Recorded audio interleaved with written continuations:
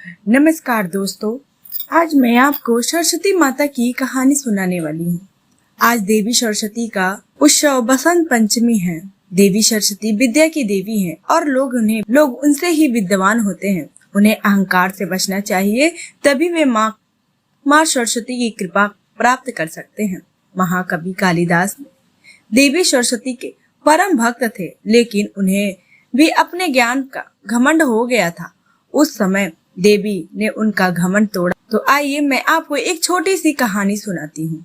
महाकवि कालिदास को तो आप जानते ही होंगे।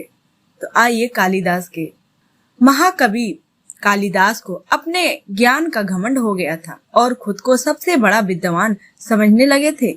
एक दिन वे यात्रा कर रहे थे तो उन्हें रास्ते में प्यास लगी और उन्हें एक कुआं दिखाई दिया। कुएं पे कुछ महिला पानी भर रही थी। कालिदास ने उस महिला से पीने के लिए पानी मांगा। महिला ने कहा कि पहले अपना परिचय दीजिए, उसके बाद मैं आपको पानी दूंगी। कालिदास ने अपने ज्ञान के घमंड में डूब गए हुए थे। उन्होंने खुद का नाम न बताए हुए कहा कि मैं एक मेहमान हूँ। उस औरत ने कहा कि संसार में दो ही मेहमान हैं, एक है धन और दूसरा यौवन।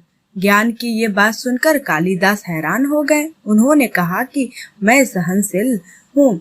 महिला बोली कि यह तो सही उत्तर नहीं है। इस संसार में सिर्फ दो ही सहनशील हैं। पहली धरती है जो हमारा बोझ उठाती है, दूसरे सहनशील पेड़ हैं जो पत्थर मारने पर भी फल ही देती है।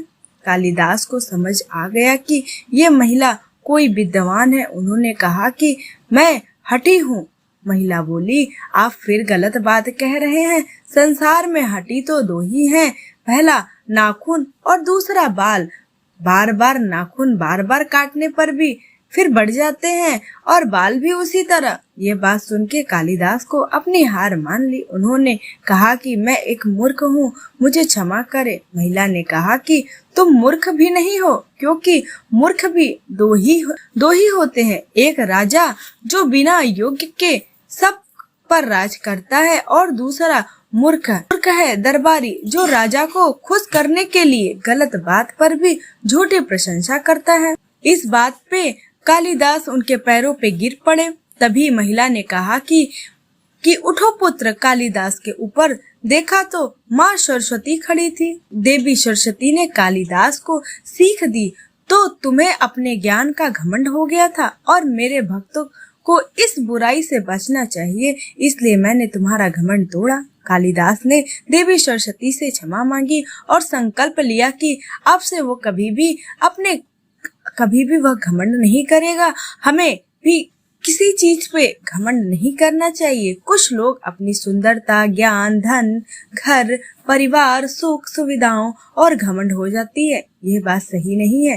रावण और दुर्योधन महाशक्तिशाली थे, लेकिन अपने घमंड की वजह से ही इनके पूरे कुल नष्ट हो गए। जीवन में सुख पाना चाहते हैं तो किसी भी परिस्थिति में घमंड नहीं करना चाहिए। बोलिए सरस्वती माता की जय हो।